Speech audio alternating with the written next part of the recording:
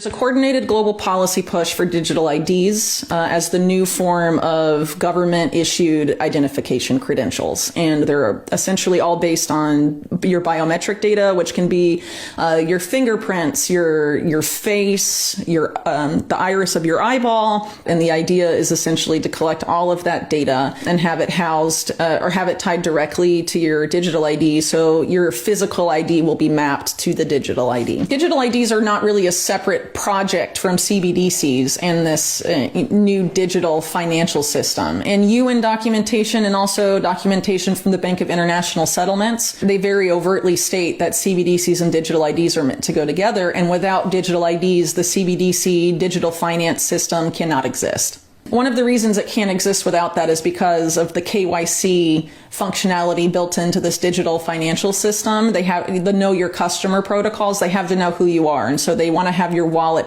tied to a digital ID and have that digital ID be mapped to your physical ID through the biometric data collection. So there's different efforts to make digital IDs either as NFTs, non-fungible tokens. There's also the efforts of Sam Altman of OpenAI and his WorldCoin project, whereby you scan your iris, you give them the biometric credentials of your eyeball. They give you a unique identifier, a digital ID, and it's inherently tied to a digital wallet.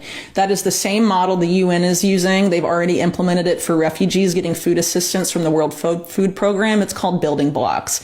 It's on blockchain. It involves refugees scanning their irises, and in order to buy food or receive their rations, they have to check out of a grocery store style place in the refugee camp, and they check out biometrically with an eyeball scan, and then the amount of food they have, the monetary value of that is subtracted from their digital wallet connected to their digital ID and their iris. So ID 2020, the UN and other stakeholders in this particular sphere often argue that the reason this is necessary is because of what they call the identity gap.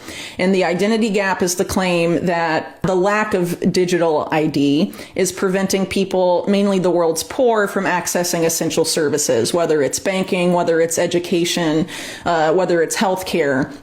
They claim the only way for these people to be able to access these services is to onboard them to these identity schemes.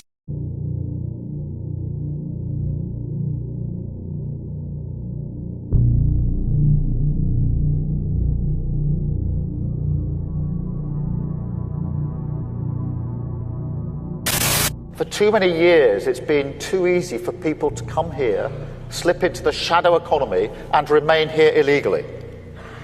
Because, frankly, we've been squeamish about saying things that are clearly true. It's not just that it's not compassionate left-wing politics to rely on labour that exploits foreign workers and undercuts fair wages, but the simple fact that every nation needs to have control over its borders. We do need to know who is in our country. Our immigration system does need to be fair if we want to maintain that binding contract that our politics is built on.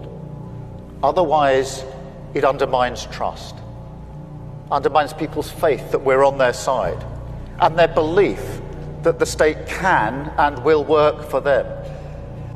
And that is why today I am announcing this government will make a new free-of-charge digital ID mandatory for the right to work. And that is why today I am announcing this government will make a new free-of-charge digital ID mandatory for the right to work. And that is why today I am announcing this government will make a new free-of-charge digital ID mandatory for the right to work by the end of this Parliament.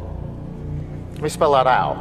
You will not be able to work in the United Kingdom if you do not have digital ID. You will not be able to work in the United Kingdom if you do not have digital ID. You will not be able to work in the United Kingdom if you do not have digital ID. It's as simple as that.